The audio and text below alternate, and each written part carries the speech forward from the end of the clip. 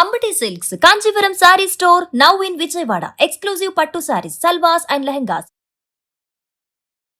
బంగారం ధరలో మరోసారి ఊహించని పరిణామాల్ని చవిచూసే అవకాశం ఉందా? ఒకరోజు పడుతోంది, ఒకరోజు పైకి లేస్తోంది, కానీ పూర్తి స్థాయిలో తేరుకోలేదనే సంకేతాలు మాత్రం కనిపిస్తున్నాయి. ఓవరాల్గా గోల్డ్ మార్కెట్లో వస్తున్నటువంటి చేంజెస్ ఏంటి విశ్లేషించే ప్రయత్నం చేద్దాం. మనతో పాటు మార్కెట్ అనలిస్ట్ ప్రభు గారు ఉన్నారు. ప్రభు గారు నమస్తే. నమస్తే సార్. సార్, బంగారం ధర మొన్న కొంచెం ఏదో పెరిగింది అన్నారు, మళ్ళీ ఇప్పుడు పడిపోతుంది అంటున్నారు.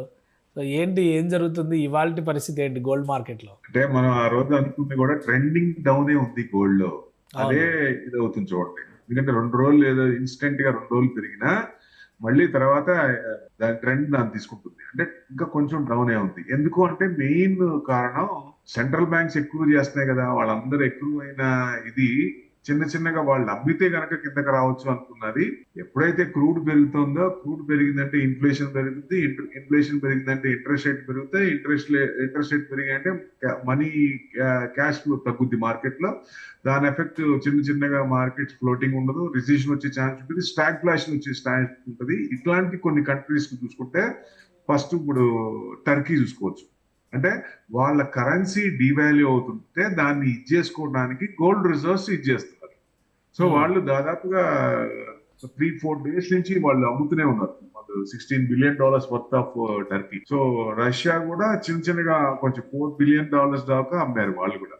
సో అంటే మిగతా ఇంకా లైన్ పెట్టారా అంటే కొంచెం ఇంకా మిగతా వాళ్ళు కూడా, ఎందుకంటే క్రూడ్ ఎఫెక్ట్ ఇస్తుంది. ఎందుకంటే అమ్మే వాళ్ళకి కూడా ఇదే కదా, కొనే వాళ్ళు కూడా ఇదే, అమ్మే వాళ్ళకి కూడా వస్తుంది కదా ఎఫెక్ట్. వాళ్ళకి కూడా మరి ఇన్కమ్ అదే కదా. జీసీసీ కంట్రీస్ కానీ ఇన్కమ్ అదే, వేరే ఇన్కమ్ ఏమి ఉండదు.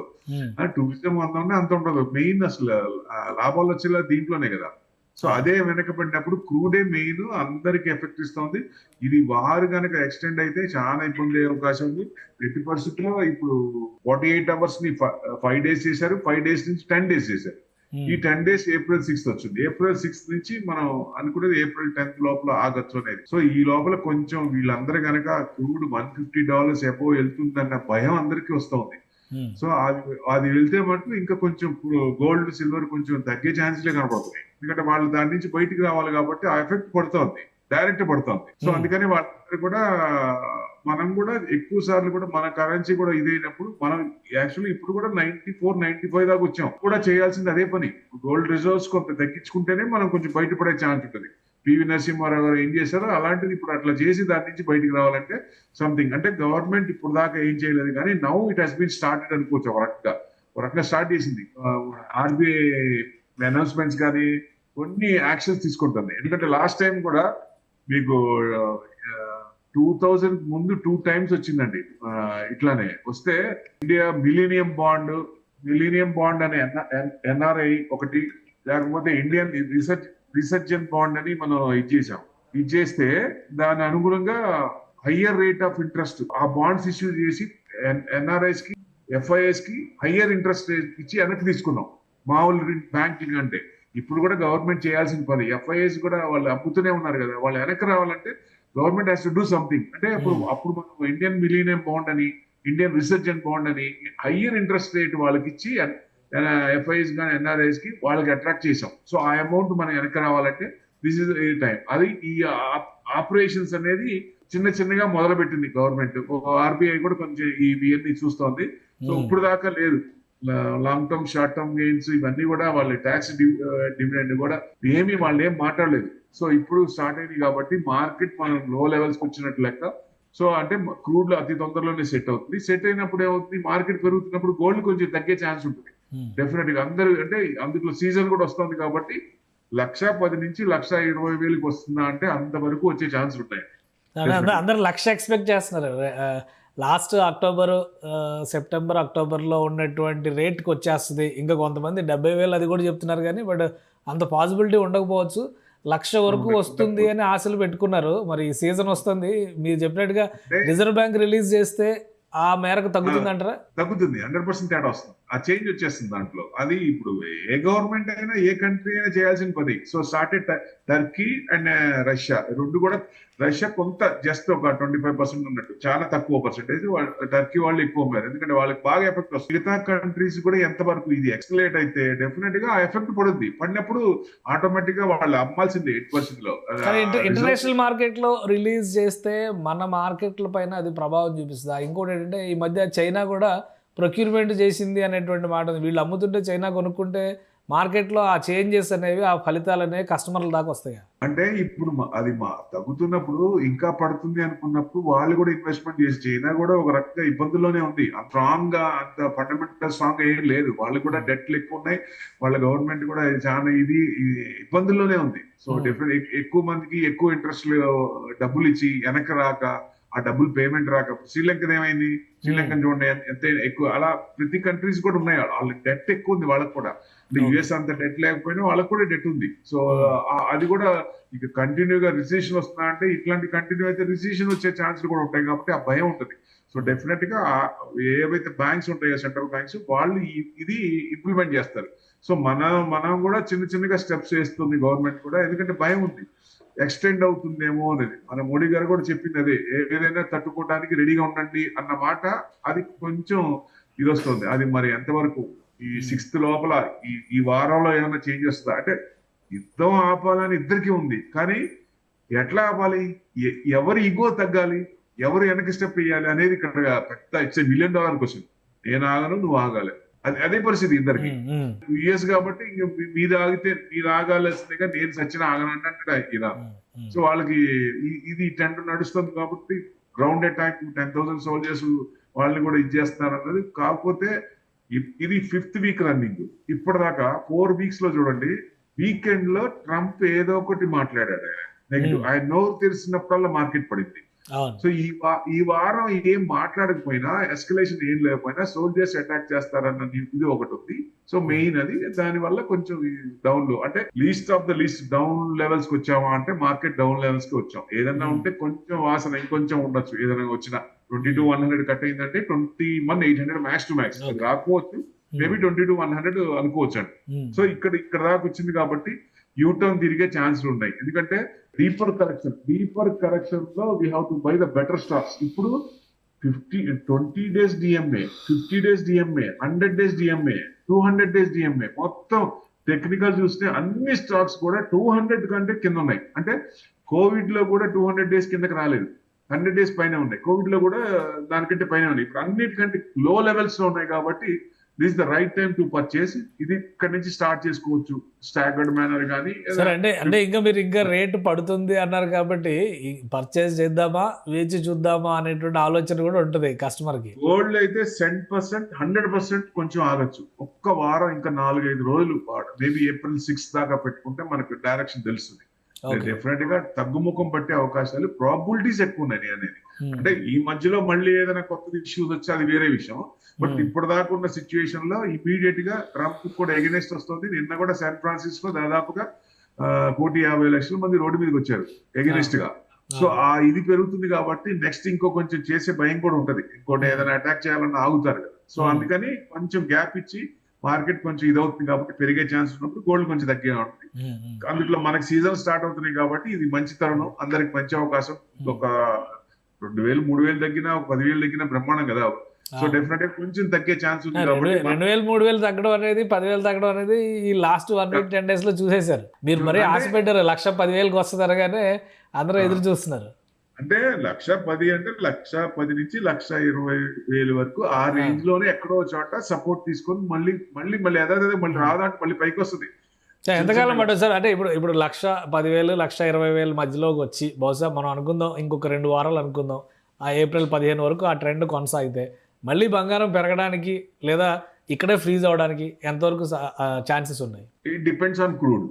ఓకే, క్రూడ్ మనం చేసుకోవాలి. క్రూడ్ న్యూట్రల్ ఉందంటే మొత్తం న్యూట్రల్ గా ఉంటాయి. క్రూడ్ పడుతుంటే మార్కెట్ పెరుగుతుంది, క్రూడ్ పెరిగితే మార్కెట్ డౌన్ అవుతుంది. మార్కెట్ డౌన్ అయితే అది కొంచెం ఇదయ్యే ఛాన్స్ ఉంటుంది, ఇన్వర్స్లీ ప్రొపోర్షనల్ కాబట్టి. So crude will decide the direction ఇవన్నీ కూడా. సో క్రూడ్ మనకి ఎట్టి పరిస్థితుల్లో, అంటే క్రూడ్ తగ్గాలి అంటే స్ట్రైట్ ఆఫ్ హార్మూజ్ ఓపెన్ అవ్వాలి. యుద్ధం అనేది నడవచ్చు, మనకు పెద్ద ఎఫెక్ట్ పడదు. ఎందుకంటే చూసాం కదా, ఇంకోటి నడుస్తూనే ఉంది, కాస్ట్ ఇంకోటి కాలుతూనే ఉంది కదా. సో దాని వల్ల మనకేం తర్వాత మళ్ళీ హైక్ కూడా వచ్చేసాం. సో ఇప్పుడు దీనికి ఇది కూడా అంతే, ఈ వార్ కూడా అంతే కాదు. Straight of Hormuz open control కనుక, క్రూడ్ కనుక ఇదైతే 100% మనకు అన్ని మారే ఛాన్సులు ఉన్నాయి. సో ఈ శనివారం ఆదివారం లోపల ఏదైనా మంచి పాజిటివ్ చెప్తాడు. ఇప్పటిదాకా చేసింది ఏదైనా పాజిటివ్, ఒక ఇద్దరు అండర్స్టాండింగ్ వచ్చి, ఒక కొలీగ్ వచ్చి, ఇద్దరు ఒక దారికి వస్తే డెఫినెట్ గా ఓపెన్ అయ్యే ఛాన్స్ ఉంది. సో ఇది కాకుండా మెయిన్ ఏంటంటే Trump, Modi and the third person is there, Elon Musk. వీళ్ళిద్దరూ మాట్లాడుతున్నప్పుడు థర్డ్ పర్సన్ కూడా లైన్ లో ఉన్నారు. సో స్ట్రైట్ ఆఫ్ హార్మూజ్ మీద ఎలాన్ మస్క్ టేక్ ఓవర్ చేయాలని, దాని ఖరీదు కొనుక్కోవాలనే ఉద్దేశం ఉన్నట్టుంది. సో ఎట్టి పరిస్థితుల్లో అది ప్రెషరైజ్ బై ట్రంప్. సో వీళ్ళ ముగ్గురు మాట్లాడుకున్నారంటే ఈ విషయం బయటకు రాలేదు ఇంకా. సో థర్డ్ పర్సన్ అనేది ఇంకా చెప్పలేదు. ఇద్దరు మాట్లాడుకున్నారు, ట్రంప్ మోడీ మాట్లాడుకున్నారని, కానీ థర్డ్ పర్సన్ ఎవరని చెప్పలేదు. సో డెఫినెట్ గా మేబీ ది ఎలాన్ మస్క్, ఆయనకి ఇంట్రెస్ట్ ఏంటంటే ఆ స్ట్రైట్ ఆఫ్ హార్మూజ్ కూడా టేక్ ఓవర్ చేయాలనే ఉద్దేశం ప్రెషరైజ్ ఉంది. సో దాని ఏదైనా మంచికి క్రూడ్ తగ్గాలంటే ఇలాంటివి జరిగినప్పుడు మంచిదే కదా. సో వాళ్ళు కూడా $2 బిలియన్ పర్ షిప్ కి ఛార్జ్ చేస్తా ఉంటున్నారు ఇరాన్. ఆ భయం పట్టుకుంది ఆయనకి. సో దాన్ని టేక్ ఓవర్ చేయాలి.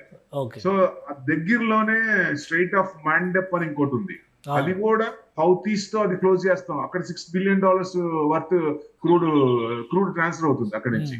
అది కూడా క్లోజ్ చేస్తే ఇబ్బంది కదా. సో ఇట్లాంటివన్నీ ఉన్నాయి కాబట్టి ఈ సండే దాకా మోస్ట్ ఇంపార్టెంట్ ఇంటర్నేషనల్ న్యూస్ అనేది అబ్జర్వ్ చేస్తే, క్రూడ్ మనం అబ్జర్వ్ చేస్తే మనకి డైరెక్షన్ తెలిసిపోతుంది ఆటోమేటిక్. కొంచెం రౌండ్ ట్రెండ్ ఉంది కాబట్టి కొంచెం ఒక 4-5 రోజులు ఆగచ్చు అని నా ఉద్దేశం గోల్డ్ కొనడానికి. రైట్ సార్, సిల్వర్ మీద ఎట్లా ఉంటుంది సార్ ఈ ప్రభావం? గోల్డ్ మరి 1,20,000 దగ్గరకు వచ్చేసింది అనుకోండి, సిల్వర్ పరిస్థితి ఎట్లా ఉండొచ్చు? సిల్వర్ మీద ఇండస్ట్రియల్ యూసేజ్ మారినంత కాలం నో చేంజ్.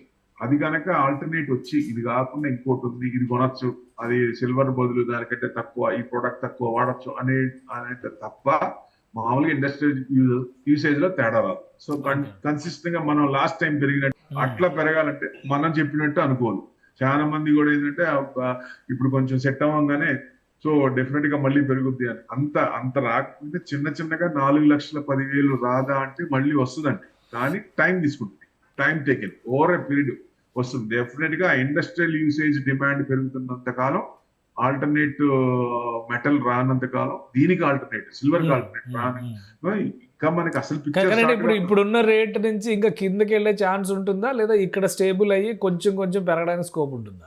సిల్వర్ ఎంత పడాలో అంత పడిపోయింది. సో డెఫినెట్ గా కొంచెం కన్సల్టేషన్ మోడ్ లోనే ఉంది. అంత ఇంక పడకపోవచ్చు.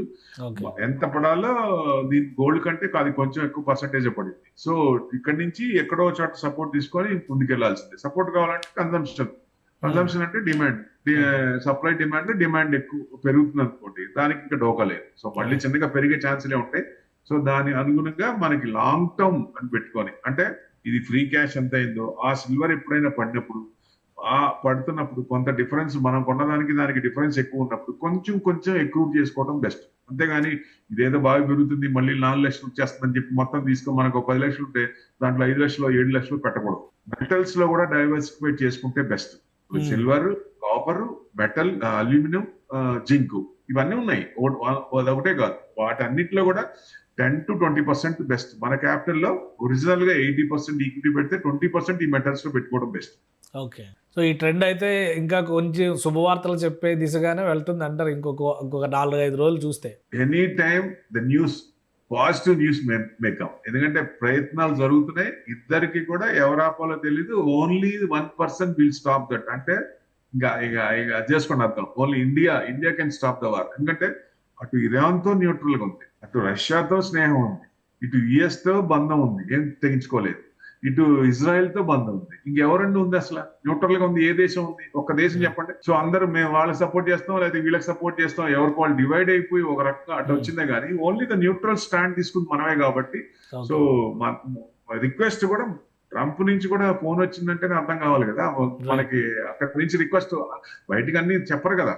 సో డెఫినెట్ గా ఇది అతి తొందరలోనే ఎండ్ కార్డు పడే టైం వచ్చేసింది అనుకోవచ్చండి. Right sir, thank you sir విశ్లేషణ అందించినందుకు.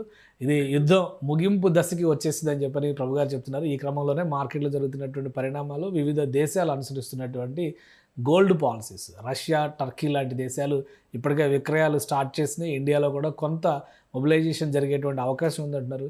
సో క్రమంగా వెయిట్ చేస్తే కనుక ఒక వారం రోజుల్లో గోల్డ్ 1,10,000 నుంచి 1,20,000కు చేరేటువంటి అవకాశం ఉంటుంది. అంటే ఇది ఒక గుడ్ న్యూస్గానే చెప్పాలి. ఇండియన్ మార్కెట్లో సీజన్ వస్తుంది, పెళ్ళిళ్ళ సీజన్ కాబట్టి కొనుక్కునే వాళ్ళకి ఇది ఒక పండగ అంశంగా చెప్తున్నారు ప్రభు గారు. ఇక సిల్వర్ మార్కెట్ పైన మాత్రం ఇంకా కన్సిస్టెన్సీ కంటిన్యూ అవుతుంది, మార్కెట్లో పెద్దగా మార్పులు వచ్చే అవకాశాలు లేవని ఆయన విశ్లేషిస్తున్నారు. ఇది స్పెషల్ డిస్కషన్, కీప్ వాచింగ్.